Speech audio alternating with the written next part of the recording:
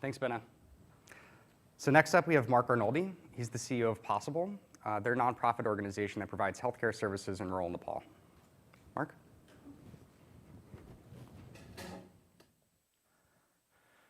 I also want to thank the Asana team for having us here today. It's a privilege to be part of this moment, a moment that's obviously going to impact a lot of companies. My personal journey with Asana actually started at a single desk in a co-working space over 3 years ago. And I'm happy it did because it's now the most important tool in our organization of over 300 people that cuts across places like New York City and Boston and some of the most remote and poor places in the world like rural Nepal. And we use Asana in a variety of ways. We do everything from track our objectives and key results, to manage recruitment and onboarding, to track relationships with key government partners within Nepal.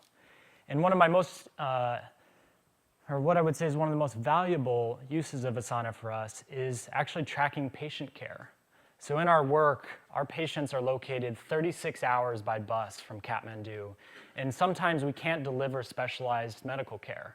So what we have to do is organize a set of referrals to move them from rural Nepal to Kathmandu. And you can imagine the complexity involved here. You have to get family approvals, you have to navigate travel for a 36-hour journey with multiple stopovers and transitions, get them to Kathmandu, which is a chaotic place, get them into the right facility, make sure they get the care, and that they can return safely.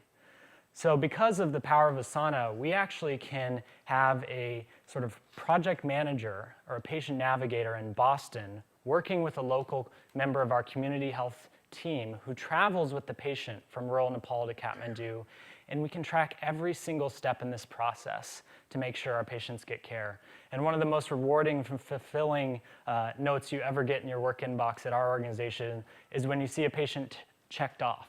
Because what that means is that they've completed their care and they've returned safely home with their life transformed after having access to medical care. And I just wanted to show you one other way that we've used the tool. We sort of have an internal term called Asana or Bust. We've tried to move every single function of the organization inside to Asana. And when the earthquake struck in Nepal in late April, we used Asana to convert chaos into collaboration. And so we had an enormous amount of inbound requests asking us where to steer money, who to give to, what's going on the ground, media requests. We quickly mobilized, and we were able to accomplish some extraordinary things. So within 2 weeks, we brought in $25 million of medical supplies and equipment and got them to the worst hit areas. And since that point in time, we've signed an agreement with government, and we were able to do that very quickly because we managed those relationships within Asana. We signed an agreement to rebuild 21 clinics in the worst hit region. We've raised $2.5 million, and just 2 days ago in New York City, we were able to feature this rebuilding commitment at the Clinton Global Initiative with President Clinton. So you can see the extraordinary power that this has within our team, and at the end of the day, it really is the single most important tool we have to do what we care about most, which is solve for our patients. So thank you. Thanks, Mark.